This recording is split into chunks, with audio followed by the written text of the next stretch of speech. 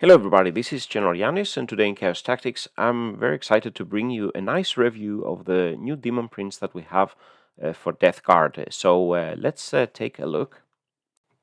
So today is the 15th of June, and if you find my voice a little bit raspy today, it's because I'm visiting the Copenhagen concert here, heavy metal, of course. But as I said today, bringing you a review of the Death Guard Daemon Prince, looking at the data sheets. Now we have two data sheets with and without wings. We will be looking at the Daemon Prince's damage output, his durability, and then two builds, actually a defensive one and a more beatstick one. And I think it's fair to say that the Daemon Prince is one of the data sheets that actually has been improved in 10th edition.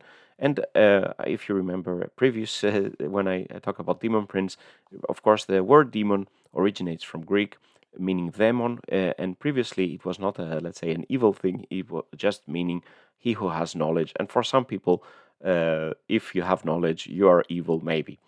But let's take a look at the data sheets. So starting with a Daemon Prince, the Death Guard Daemon Prince datasheet that doesn't have wings. He is, of course, a Psyker monster. He doesn't have the leader ability, and he doesn't get lone operative, so he can be protected. So as a Daemon Prince now, he will not be able to, let's say, get lookout, sir. He will be able to be targeted. So that's very important to remember this. His defensive stats have been considerably buffed.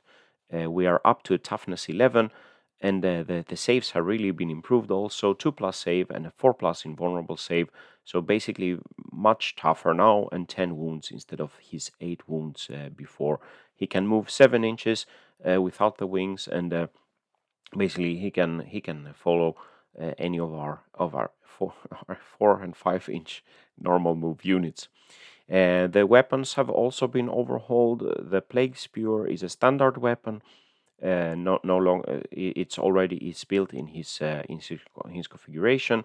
So the Plague Spear, anti-infantry 2+, like the Spewers. We have quite a lot of Spewers now for Death Guard. And then we have in the melee weapons, there is no longer a need to select any weapons here. The sword, axe, now it's just called Hellforged weapons, and the talons are gone. So his Hellforged weapons now have a strike and a sweep profile. So this is quite nice because it gives you a little bit more versatility.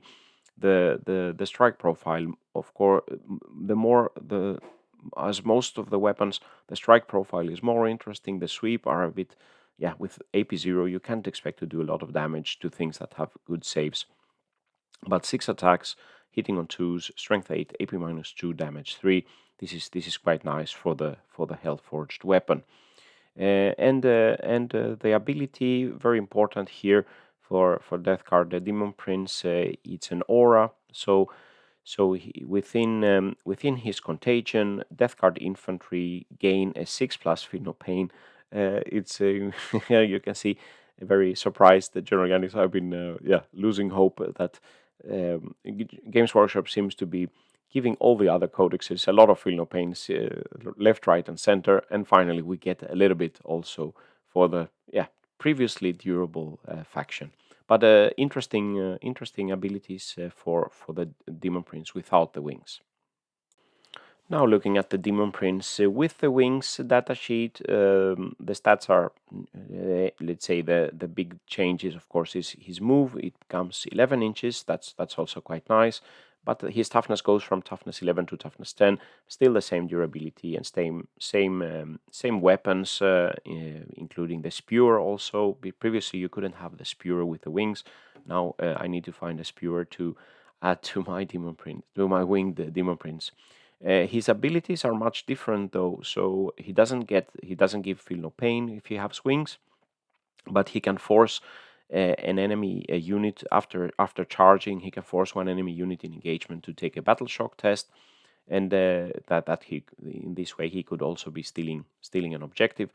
And after charging with a devastating assault, his melee weapons gain the devastating wound, so he can be doing some quite nice mortal wound damage as well on a 6-2 wound. So much different abilities and more geared to be a damage dealer and charging and getting the bonuses here. Now analyzing Demon Prince's damage output.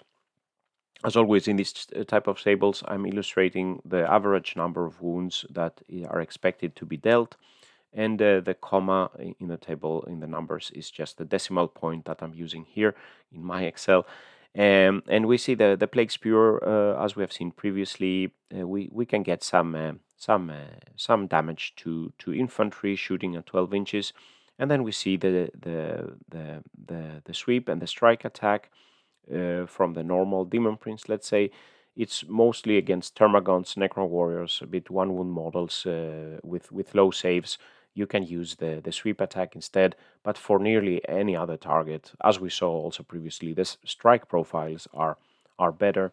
So we have here, from intercessors and up, we the strike profile is the good one, and we see for intercessors 5.5 damage dealt, almost 3 killed intercessors here.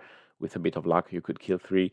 2 Terminators killed on average. That's not bad, and 5 wounds on a Rhino. But then after that, the damage is fading off against the larger vehicles. If we have the winged Demon Prince, the rows below, if he charges, he gets devastating wounds, and we see the damage increasing 25% more, plus minus here, due to these devastating wounds. So we are having 7.5 wounds on Terminators instead of 6 wounds, something like Blight Lords, more damage to the vehicles, etc. So of course, with the winged Demon Prince, devastating wounds always helpful. In comparison, also I've added Mortarion and Typhus to the table, and it's quite interesting to see. This is very intriguing game design, but because he has more attacks, the Demon Prince is doing more damage to enemy Terminators than the Primarch. This, yeah, we discussed that when I reviewed Mortarion. It doesn't look so good for. He's no longer this damage dealer that he was. Of course, Mortarion has the advantage with his Strength 14 weapon on enemy vehicles, but not for Terminators. So here the Demon Prince is equal to his Primarch or even better at some points. And you can see Typhus also quite similar damage output. But Demon Prince, all in all, some good damage output, especially versus elite infantry. Now looking to Demon Prince's durability. Here I'm looking at some squads of Space Marines, because they are, you probably will have to face some of them.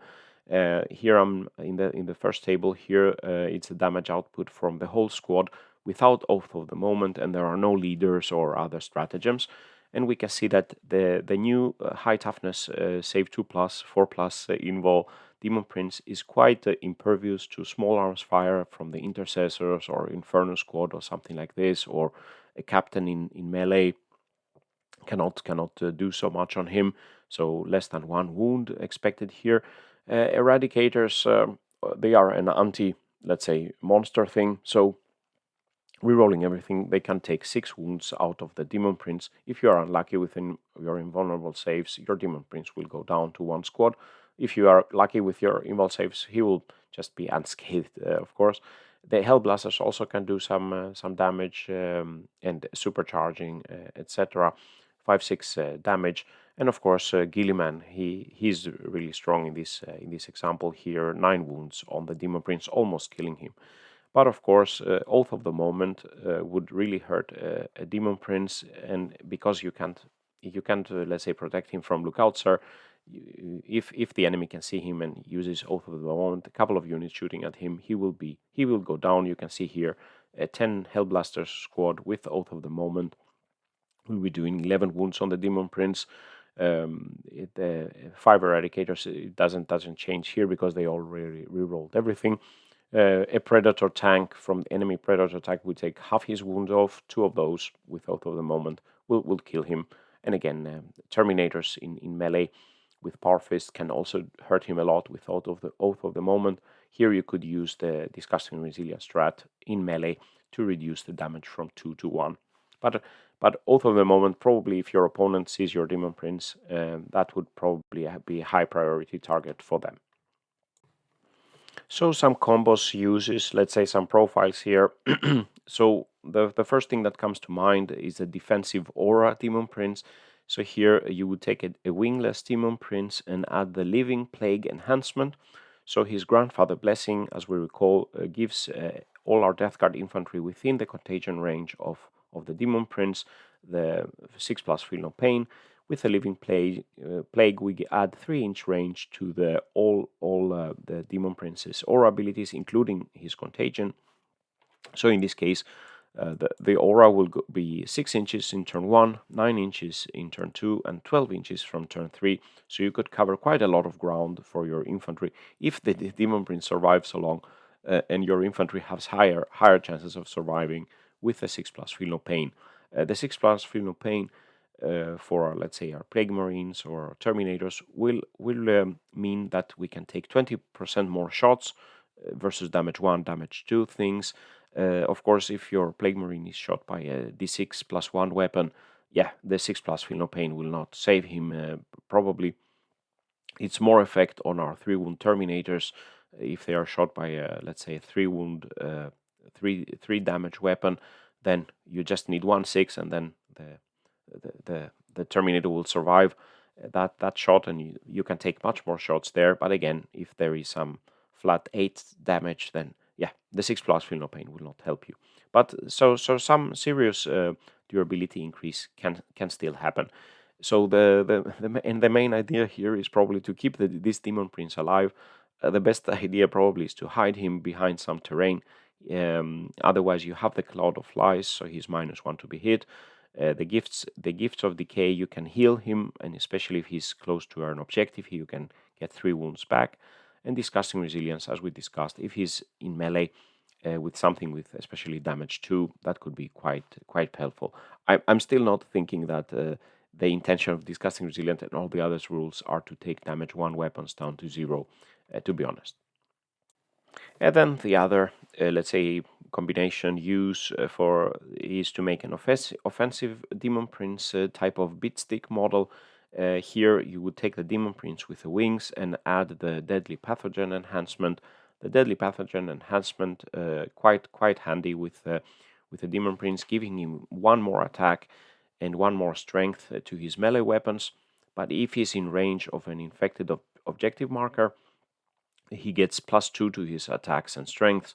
So that means with his strike profile, 8 attacks, strength 10 within the objective contagion range, and from turn 3 that's 9 inches. So you could be a bit further away from your objectives, let's say.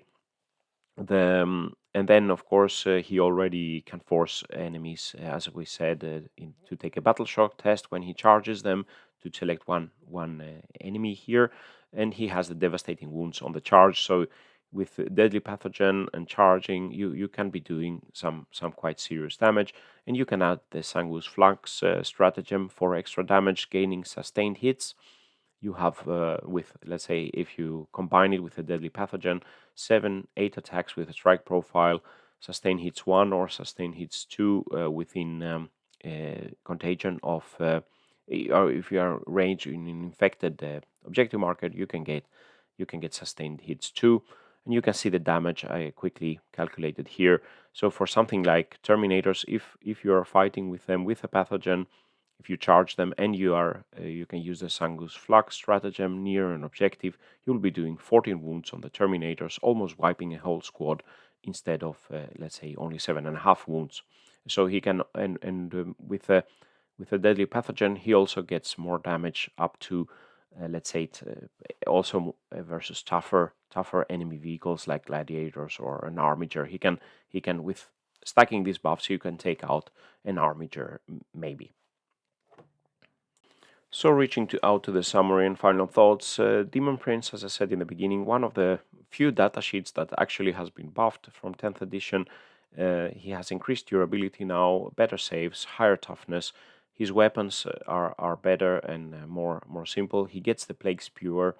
The Wingless Demon Prince can be turned into a generator of Feel No Pain aura for our infantry.